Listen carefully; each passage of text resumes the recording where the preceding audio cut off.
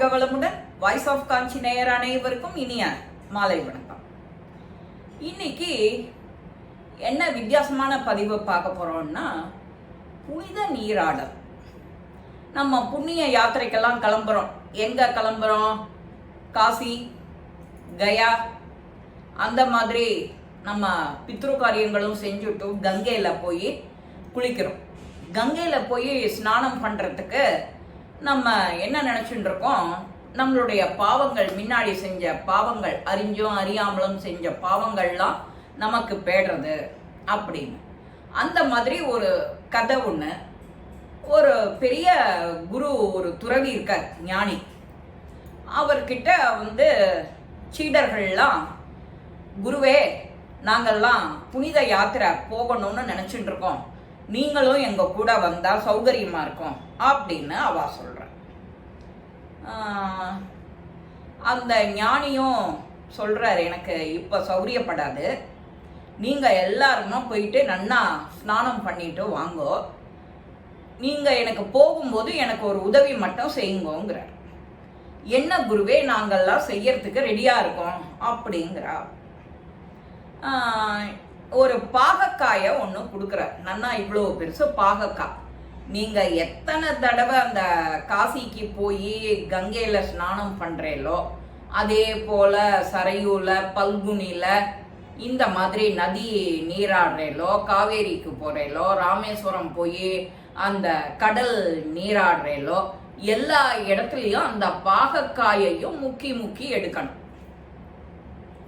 அதுதான் என்னோட வேண்டுதல். நீங்க குளிச்சு எழ அந்த ஒரு தடமும் செய்யற அந்த பாகற்காய் கடைசியில என்கிட்ட கொண்டு கொடுங்க, எனக்கு வேணுங்கிற உதவி இது மட்டும்தான் அப்படிங்கிறார். சரின்னு அவளும் சந்தோஷமா கிளம்புறா புனித யாத்திரைக்கு. நாமளும் புனித பயணம் கிளம்புறோம். எப்போ எல்லாம் 60 வயசு, 65 வயசு, 70 வயசு, அப்பதான் நமக்கு அதுக்கான சிந்தனையே வருது. இதெல்லாம் சின்ன வயசுலயே போயிட்டோம்னா நமக்கு இன்னும் கொஞ்சம் அறிவு நமக்கு தெளிவாகிறதுக்கான சான்சஸ் இருக்கு. ஆனா நம்ம அதை செய்யறது இல்லை. உடனே அந்த சின்ன வயசுனா நம்ம பிக்னிக் தான் போகணும், அந்த மாதிரி புனித யாத்திரைகள்லாம் போகக்கூடாது, கோயில் போகக்கூடாதுன்னு நினைச்சுட்டு இருக்கோம்.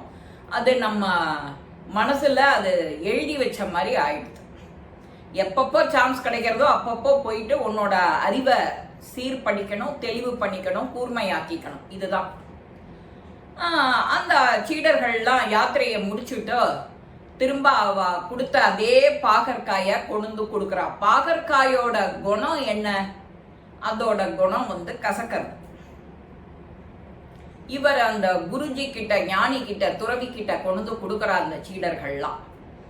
அவளும் பயணத்தை நன்னா ஆனந்தமா சௌக்கியமா என்ஜாய் பண்ணிட்டு குருவோட காலில் விழறா.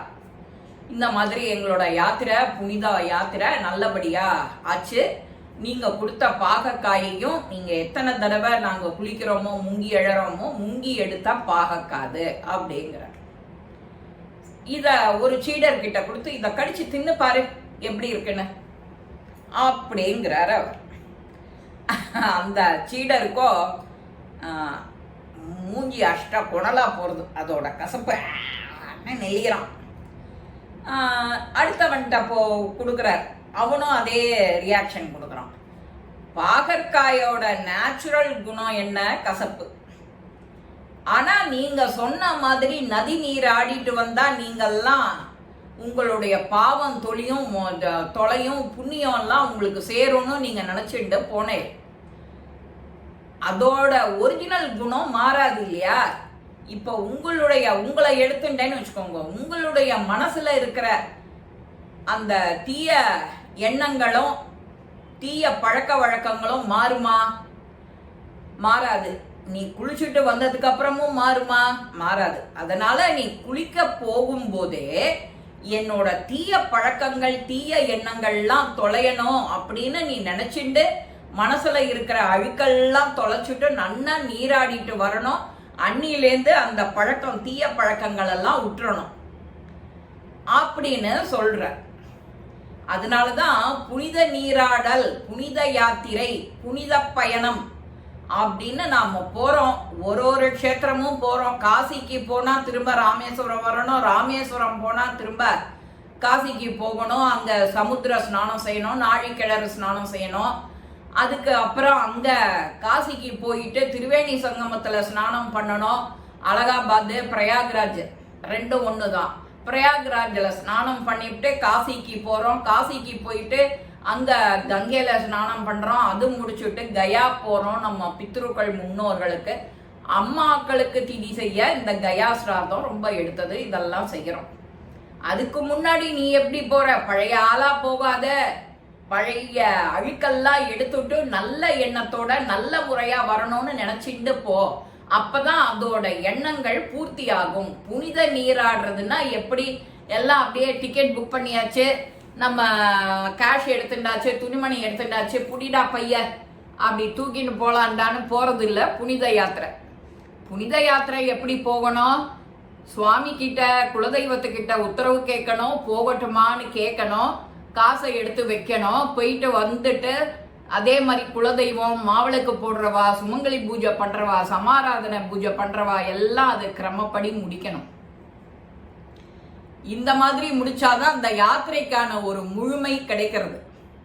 அந்த யாத்திரை முடிவு எப்படி கிடைக்கிறது? நீ யாத்திரை போகும்போது நீ எந்த எண்ணத்தோட போனியோ அந்த பழைய ஆளா இருக்கக்கூடாது, புதிய ஆளா இருக்கணும். உன்னுடைய புது எண்ணங்கள், புது அறிவு, தெளிவு நீ 4 பேருக்கு சொல்ற மாதிரி இருக்கணும். அப்பதான் அந்த புனித யாத்திரைக்கு ஒரு அர்த்தம் கிடைக்கும் அப்படின்னு அந்த குருவோட உபதேசத்தை, ஞானியோட உபதேசத்தை நமக்கும் சொல்லி அந்த சீடர்களுக்கும் சொல்லி அவர் ரொம்ப வசந்து போயிடுறார் ஞானி. ஞானினா இப்படித்தான் இருக்கணும், குருன்னா இப்படித்தான் இருக்கணும். அந்த குருவோட வழிகாட்டுதல் இல்லாம எதுவுமே நீ செய்யக்கூடாது அப்படின்னு சொல்றதுதான் பாடமே.